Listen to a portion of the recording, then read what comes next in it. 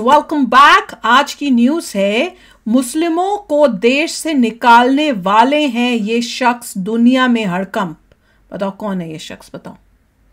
देखते हैं नीदरलैंड्स वाले, बिल्कुल भाई साहब देखते हैं क्या उनके हमने कल लास्ट 2 दिन से वीडियोस किए हमने, और वो मैं कहूंगी कुछ हद तक ठीक है। अभी जीते नहीं है, देखते हैं। मतलब जीत तो मतलब उनकी पार्टी के मैक्सिमम वोट्स आए हैं, मेजॉरिटी तो उनके पास मगर अभी प्राइम मिनिस्टर नहीं बने। हाँ, उनको किसी के साथ करना पड़ेगा कोलैब और उसके बाद बनेंगे।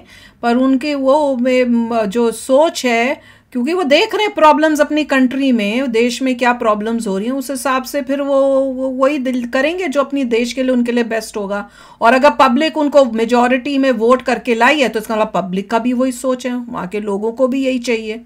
तो भैया वही बात है। तो चलो देखते हैं, पहले वीडियो शुरू करते हैं। वीडियो शुरू करने से पहले अगर आप चैनल पर नए हो और आपने अभी तक सब्सक्राइब नहीं किया तो जल्दी से पहले सब्सक्राइब के बटन और बेल आइकन को क्लिक कर लो, ताकि आपको हमारे सारे न्यू वीडियोस के नोटिफिकेशन मिल जाए जैसे हम अपलोड करें। अगर आपको वीडियो पसंद है प्लीज लाइक एंड शेयर। चलिए शुरू करते हैं। और दूसरे 2 चैनल्स उनको भी सब्सक्राइब कर लेना, लिंक से डिस्क्रिप्शन बॉक्स में। आपके रिक्वेस्टेड वीडियोस उन चैनल्स में भी आ रहे हैं। यूरोपीय देश नीदरलैंड्स में सबसे बड़े नेता बनकर उभरे गेर्ट वाइल्डर्स ने हजारों मुस्लिमों की नींद उड़ा दी है। गेर्ट वाइल्डर्स नीदरलैंड्स का प्रधानमंत्री बनने की दौड़ में सबसे आगे हैं। वाइल्डर्स को सबसे ज्यादा सीटें मिली हैं। उन्होंने तो खुद ही अगला प्रधानमंत्री बनने का ऐलान भी कर दिया है। लेकिन इसी के साथ गेर्ट वाइल्डर्स ने एक और बड़ा ऐलान किया है। इस ऐलान ने पूरे यूरोप में हलचल मचा दी है। वैसे तो इस्लाम के प्रति कड़ा रुख रखने वाले गेर्ट वाइल्डर्स लगातार मस्जिदों को बंद करने, बुर्का बैन करने और यहाँ तक कि कुरान को बैन करने की भी बात कर चुके हैं। लेकिन इस बार तो गेर्ट वाइल्डर्स ने कहा है कि मुसलमानों को नीदरलैंड्स छोड़कर ही चले जाना चाहिए। दरअसल गेर्ट वाइल्डर्स ने कुरान में ज्यादा विश्वास रखने वाले मुसलमानों को देश छोड़ने के लिए कहा है। वाइल्डर्स ने कहा है कि ऐसे मुसलमान नीदरलैंड्स छोड़कर चले जाएं जो धर्मनिरपेक्ष कानूनों से ज्यादा कुरान को महत्व देते हैं, जो कुरान के कानून को देश से ज्यादा महत्वपूर्ण मानते हैं। वाइल्डर्स ने कहा कि ऐसे लोगों का किसी इस्लामिक देश में जाकर रहना ही ठीक होगा। नीदरलैंड्स में उनके लिए कोई जगह नहीं है। वैसे गेर्ट वाइल्डर्स यही नहीं रुके। उन्होंने आगे कहा कि मेरा नीदरलैंड्स में रहने वाले सभी मुसलमानों के लिए एक साफ संदेश है। अगर आप हमारे देश के संविधान और लोकतांत्रिक मूल्यों को नहीं मानते तो ये जगह आपके लिए नहीं है। मैं इन सभी को गेट आउट कहना चाहूंगा। ऐसे बहुत हैं जो देश से ज्यादा कुरान को मानते हैं, तो जाइए उन्हीं इस्लामिक देशों में रहिए।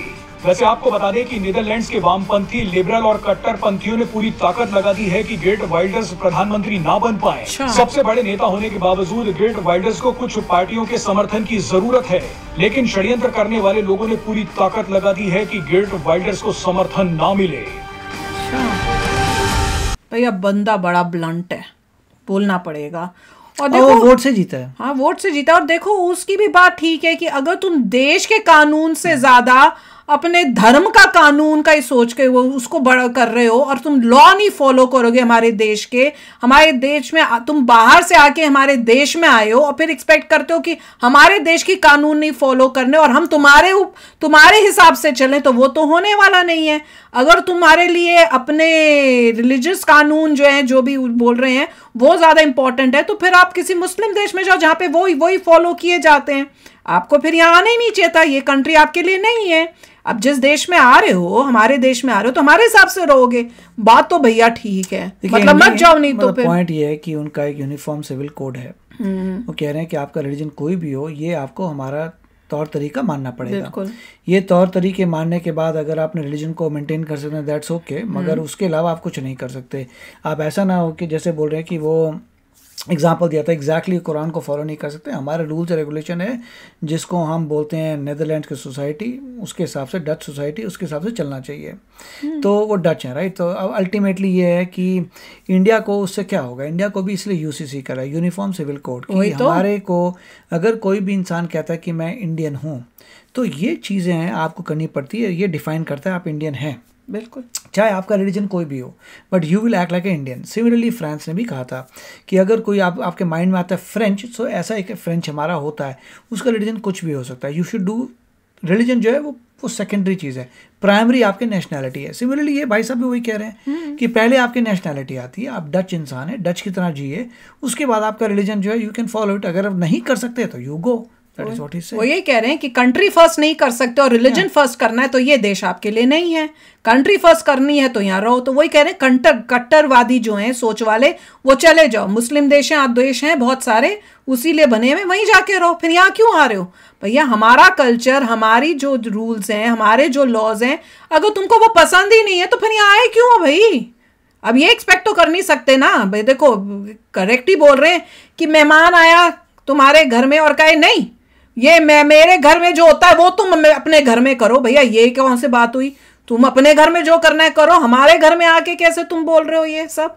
तो वही बात है, पर कह रहे हैं कोशिश बड़ी हो रही है इनकी कि भैया ये किसी तरह से ना बने। लिबरल्स हर कंट्री में लिबरल्स होते हैं जो कोशिश करेंगे कि ये सब ना हो, मगर उनका सोच यही था कि अगर आपकी जो नेशनैलिटी है वो पहले आती है उसके बाद रिलीजन, तो और अगर वो ऐसा ना करें तो किसी भी देश के टुकड़े हो सकते हैं। वही तो मैं एक बोलने वाला। प्रॉब्लम ये है कि अगर कोई भी देश, मान लीजिए कोई भी देश ऐसा ना करे तो उसके टुकड़े हो जाएंगे। हाँ, वो कहेंगे, वो तो है ही, वो ये कहेंगे अब जैसे जैसे इनके नंबर्स बढ़ गए तो ये कहेंगे हमें अलग से देश चाहिए भैया, यहाँ पे अलग देश करवा लेंगे, दूसरी जगह यही सारे फैक्टर्स जो हैं इवेंचुअली इंडिया को भी इफेक्ट करते हैं। हाँ। इंडिया में अगर आप सभी लोगों की एजुकेशन आपको ऐसी करनी पड़ेगी कि सभी लोग कहें देश मेरा पहले आता है बाद में रिलीजन है।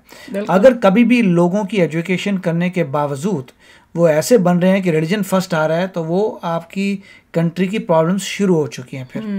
और यही चीज़ जो है इंडिया का जो लीडर आता है उसे देखनी पड़ेगी कि एजुकेशन ऐसी हो कि हमेशा कंट्री फर्स्ट हो हर एक बच्चे के दिल में, फिर रिलीजन आए। और अगर ये मेंटेन नहीं कर पाएंगे बहुत बड़ी प्रॉब्लम आएगी। मेरे को तो समझ ही नहीं आता, क्योंकि हमारे लिए, हमारा, मैं सोचती हूँ, मैं खुद को सोचती हूँ तो मेरे लिए देश पहले होगा कि नहीं, मेरे लिए देश पहले होगा भैया। क्योंकि पता नहीं, मेरे को तो समझ नहीं आती ऐसी सोच कैसे आ गई। और ये किसी ने हमें सिखाया नहीं है, स्कूलों में गए हैं, सब गए, अपने आप अंदर से था कि भैया देश पहले, कंट्री इज फर्स्ट। तो ये लोग वो जो अजीब से ही हैं कि इनके लिए देश नहीं है। जितने भी नॉर्मली हिंदू फैमिलीज होती हैं वो ज्यादा हिंदुइज्म पढ़ाती नहीं है।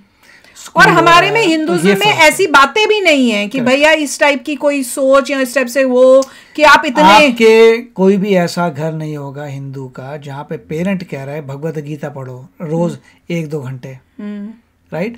तो नॉर्मली यही होता है कि हिंदुइज्म में जो है वे ऑफ लाइफ है वो इतना ज्यादा नहीं है रिलीजन में, इसीलिए हमें तो बोलते हैं अच्छा इंसान बनो और सबकी इज्जत करो, गलत काम मत करो, भगवान का नाम लो।